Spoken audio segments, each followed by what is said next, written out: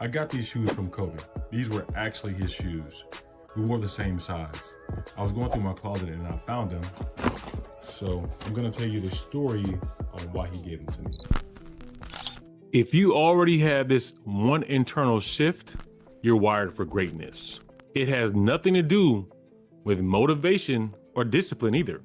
I'll tell you a story, and if you already possess this, you'll recognize it instantly.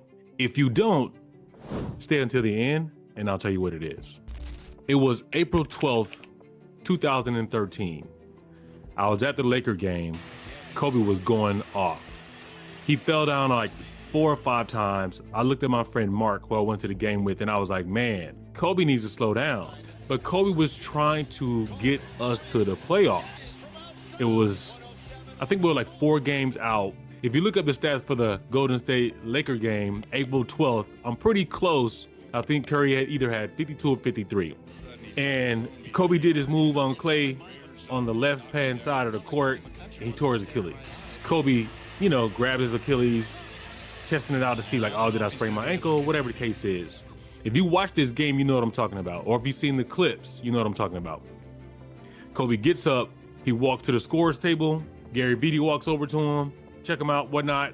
Kobe goes back to the free throw line. At that point in time, Kobe knew he tore his Achilles. Gary Vitti, I saw an interview, Gary was like, I told him, I think he tore his Achilles. He thought he did, but he said, can I go shoot these free throws? Because we needed those points to get to the playoffs. Kobe goes, walks up, takes 2 free throws with no assistance whatsoever.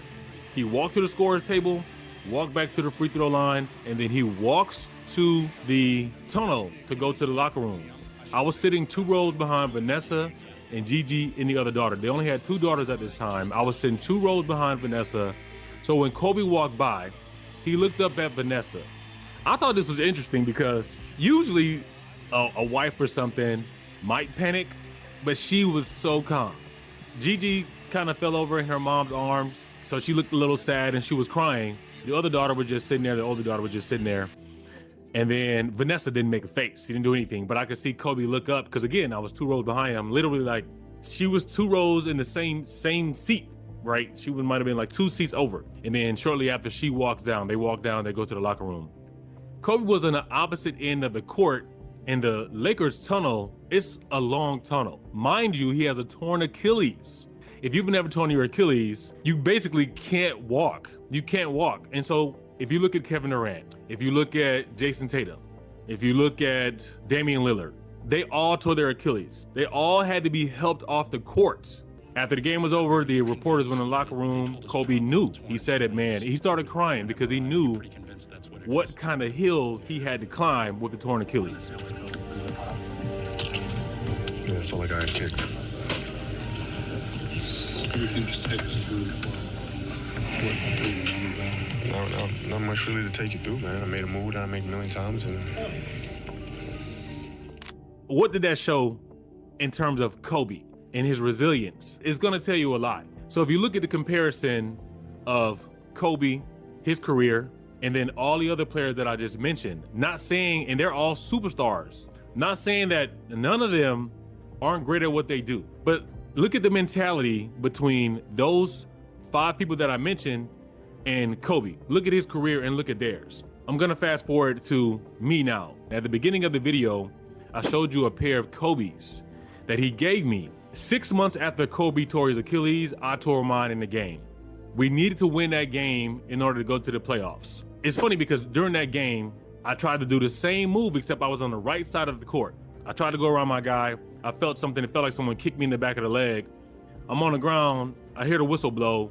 I look back and I only saw the ref. So I look at the person who I went by and I'm like, did you kick me? He was like, no, I didn't kick you. And I'm like, oh. So I already knew what I did because I was at the game when Kobe did his. So they helped me up. They carried me over to the sideline and I'm like, okay, what am I gonna do? Everybody's like, what are we gonna do? And I'm like, I told my Achilles, and they're like, how do you know? I'm like, I know. Because my foot was just hanging. It was just dangling. There was nothing to keep it, supported. So that was the first time I tore my Achilles. At this point in time, two of my friends actually worked for the Lakers during this time frame. And so my friend told Kobe that I had tore my Achilles. And obviously he was fresh off of his. He was still going through his training, getting back into shape for him to be able to play again. So if you all know, he came up with the shoe that I showed you. That was the first shoe and only shoe that he created for him to be able to recover and get back to playing basketball again. Me and Kobe wore the same size shoe. So he told Kobe what happened, and so Kobe gave me a pair of his shoes. His shoes, not a pair of, because obviously like a lot of players, they get Kobe's. These were Kobe's actual shoes that he was like, all right, give them to him. And then if you saw the box, obviously it had his name on it. It had the color of what the shoes was, because Kobe has like a ton of these shoes. And at some point in time, I was gonna get to the point of where I was gonna be able to meet Kobe and get him to sign them, but it never happened. But nonetheless, that was the first time that I tore my Achilles. Fast forward 9 years later, I tore my Achilles again. This time, I brought my son to the game because I hadn't played basketball in a while. So I was like, you know what? My son is trying to get to the league. Kobe Bryant is his favorite player. He wasn't even born yet when Kobe tore his Achilles, but he has, Kobe on his phone. I made him watch Kobe videos every day for like 2 hours a day when he was young. So Kobe is his favorite player. So, I kept talking to him about playing ball and what he needs to do and showing him discipline and showing him all these different things. And, I was like, all right, I'm going to show you how to play basketball. I hadn't played in a while. I knew that day before I went that I would possibly tear my Achilles. It was like a 3 or 4 hour time gap between when I lifted weights. So my legs were sore, but I was like, you know what? I'm good. And my son really wanted to see me play. So I was like, all right, let me just go ahead and take him to the game so he can see me play.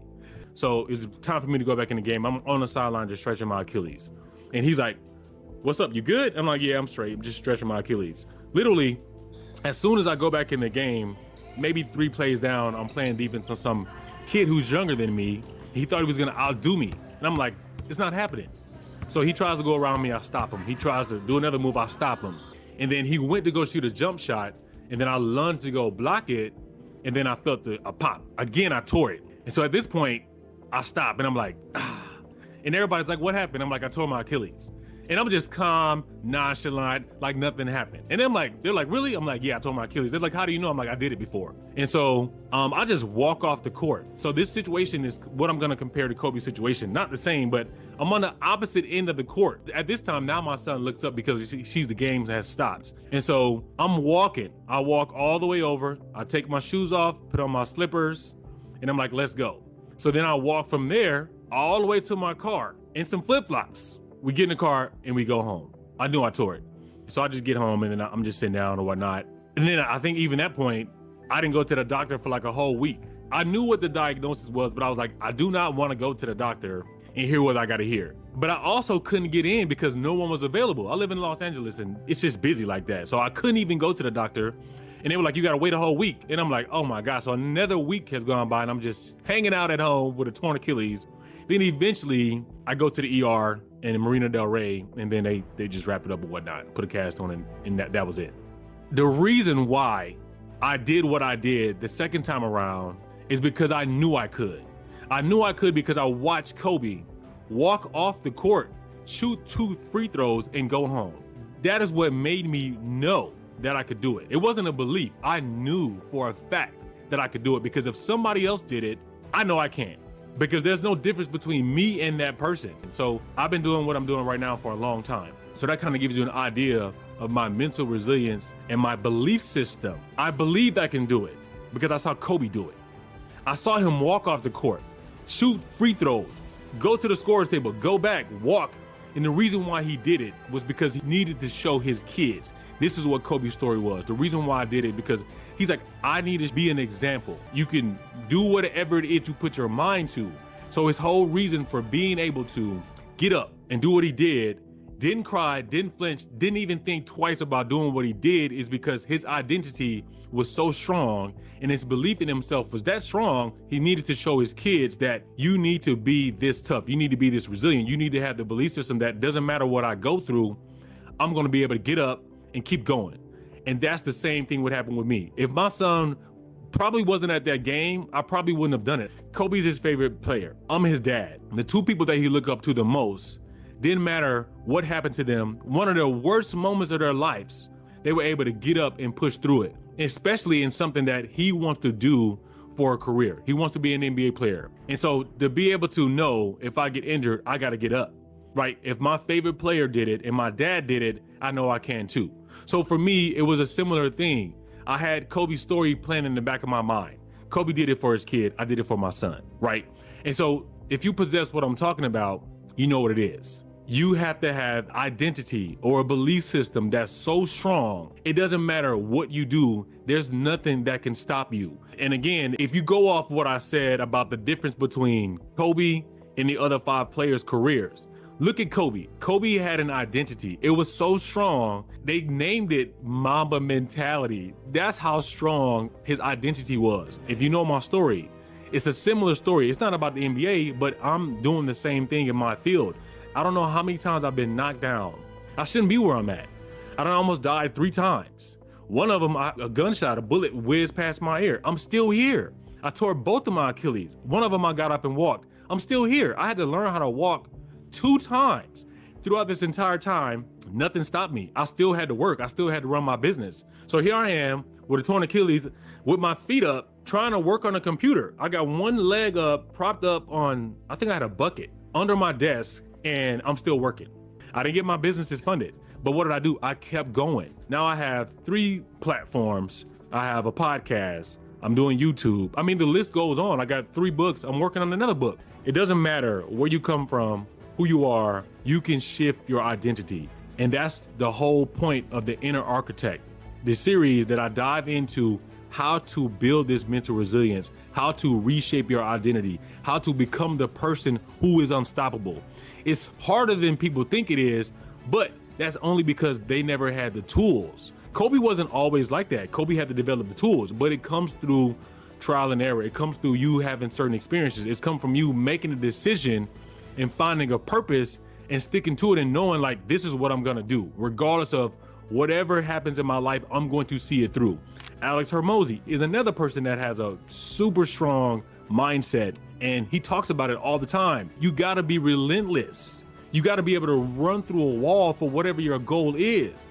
And that's something that comes from you knowing who you are and being sure about what you're supposed to be doing on this earth. And if you possess this, you knew that 5 minutes into the story, what I was talking about. And for those of you that don't, you can get it. Watch the series, The Inner Architect, but also believe in yourself. Believe in yourself over whatever anyone says. Anything else outside of what you think about yourself is white noise. So there's a couple things that you can do, and we're gonna go over them, and I'm gonna give you the whole entire outline. By the end of the series, you're gonna be able to get up off the floor and run through a wall. Doesn't matter whatever life deals you, you're gonna be able to handle it with ease. So you heard it in the story. Greatness isn't about effort. It's about a shift most people never make. So if this story resonated with you, you're already thinking like an inner architect.